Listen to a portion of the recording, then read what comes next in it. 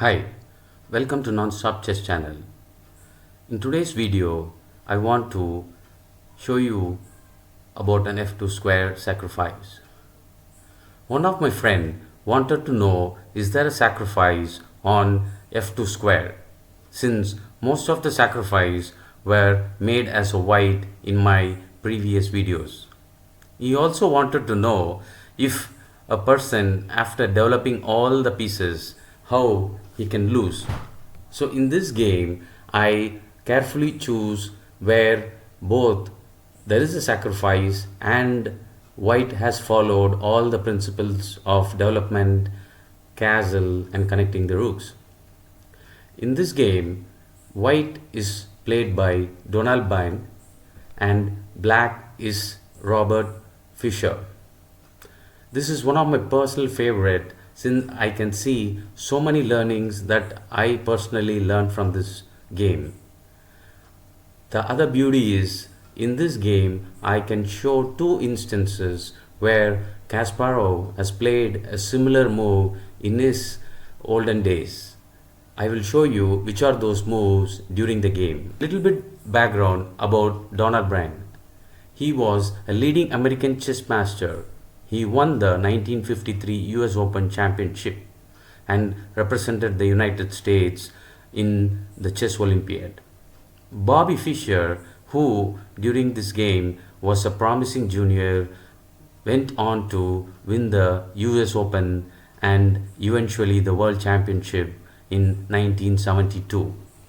This deserves a bigger credit, since during that time all the great players were from the Soviet and Bobby Fischer from US went on and showed all his capabilities and won that championship. In this game, we will see how Bobby Fischer does a beautiful sacrifice. I'll quickly go into the game and show you the two key learnings that Kasparov took and the sacrifices. Let's begin.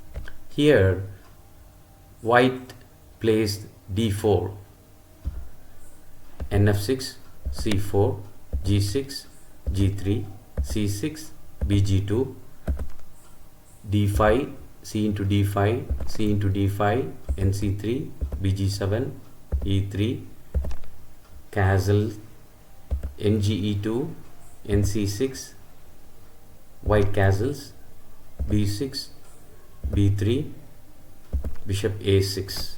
Now I would like you all to know this is a very important move. As I mentioned, Garry Kasparov learned this move very effectively, since in my previous video where I had shown the famous Garry Kasparov rook sacrifice on July 28th, I had put a video on that game and you can go and view it at a later point, where he will move his bishop to the bishop h3 square, very similar to this kind. And that bishop in that game, you can see till the end, will not be playing a big role but keep controlling the square. Similarly here, Bobby Fischer moves his bishop here and it will keep controlling this entire square till the end of the game. Now after this move, white also tries to control black diagonal using the bishop a3. Fischer immediately tries to move his rook to e8 so that the rook is not pinned. Queen d2. And now if you really notice, as I promised my friend, here white has developed all his pieces. He's developed his queen side, his king side, and he's castled. The king is all protected, and still we will see how black can win this game. Yes, e5. This is a very important move, since all this while which side black is going to attack or white is going to attack was not yet decided. Since the bishop is here, usually white attacks the queen side and black attacks the queen side of the white. But this move changes the whole complexity of the game. As a beginner, this move, though looks very simple, be careful since it not only opens up the game, it's going to, by accepting this pawn, you are giving a tempo to black, where the knight first develops here and then is targeting the d3 square. So never try to exchange and give a tempo. But that's the mistake here white does. So black captures, and now he's ready with his knight to move into knight d3. Here white, sensing this diagonal danger, tries to move his rook to rook f d1. This is a blunder, since we will see how it gets punished for this simple mistake. As I said, the knight comes to d3. This is the second important learning I can see from this game, which not only me, Kasparov also has used it very effectively.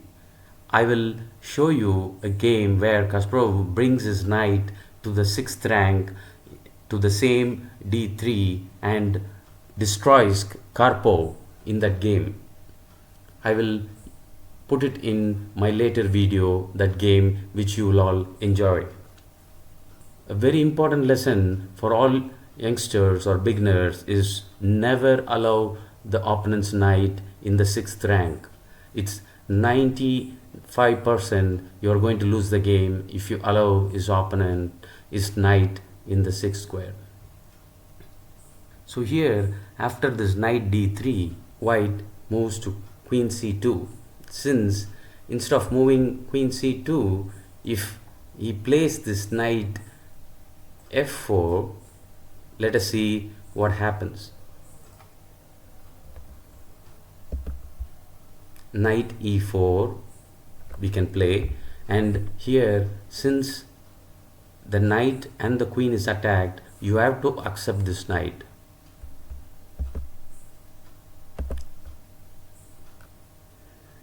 D into e4.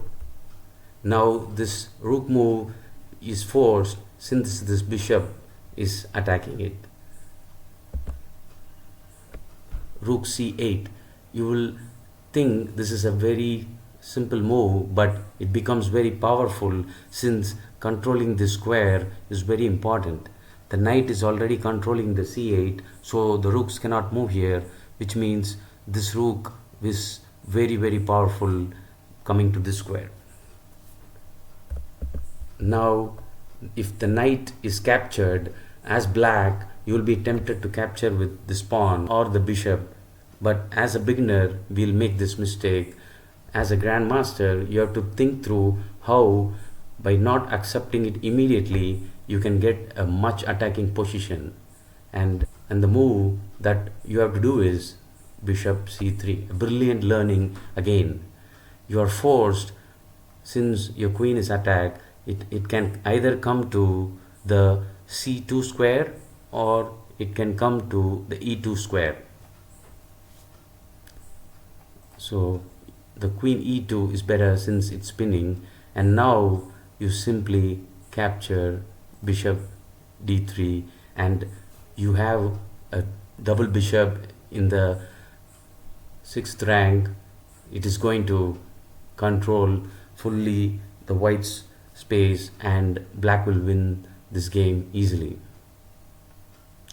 So instead, in this move, white plays queen c2. And now pause the video to see what options black has. Yes, now starts the sacrifice. Bobby Fischer made this brilliant knight into f2. White is forced, and then the other knight gives a check. Now king g1 will be played, but here, if by mistake, as a beginner, if you play king f1, the knight into e3 gives a check and you capture the queen. So be careful in this check. Instead of coming to the f1, you have to go to king g1. Now the knight captures the central pawn, but the important learning for a beginner is usually in this position, once this knight is attacking the queen, the rook and the bishop, we will see the opponent is going to save his queen. Here black now has option to take the bishop or the rook, and this is where we will make a biggest mistake. As a beginner, we will take the rook since it has a higher point value, but once you take this, black actually loses all the initiative since he has actually given back his advantage, where now because he made a sacrifice using his knight, now for the two knight a rook, and this is much better for white. So do not play n into d1 where rook into d1, white has a very good initiative. So in this attacking the rook, try to attack the bishop.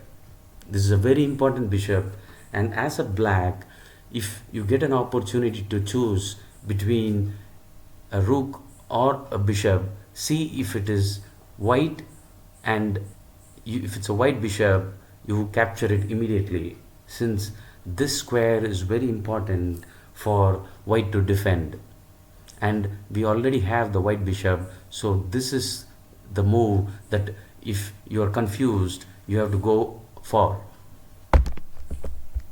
King into g2, and now a simple move d4, which actually collapses everything. Since this two knight is very strong and connected, black just tries to dislocate and forces the knight from being combined to separate. So knight into d4 and a simple bishop b7 now opens up this important diagonal, and the game is going to be over after this diagonal is being controlled by black. King f1.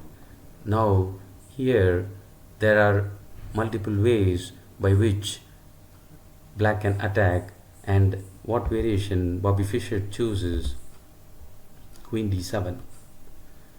So here white resigns since there is no defense after the queen comes to queen h3. We will see, just in case, if what happens if white tries to play queen f2, queen h3. You are forced, since this rook is controlling the square. Now is a brilliant move you have to do, which is a forced mate, rook e1 plus. Since it's in check, you are forced to take only with the rook. If you take it with the queen, you just move the queen g2, checkmate.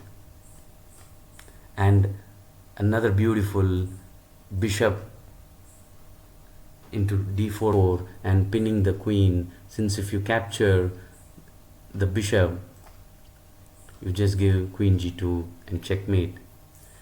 Here you can see how Bobby Fischer beautifully demonstrates the f2 sacrifice. To summarize, never allow the enemy knight in the 6th rank. In the middle game sacrifice, it can be done on the h2, f2 and e3 square also from the black's point of view.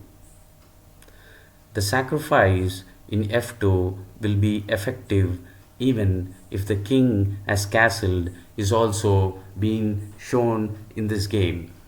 Hope you could enjoy this beautiful game and share it with your other chess friends. Thanks for watching and subscribing to the channel. Thank you.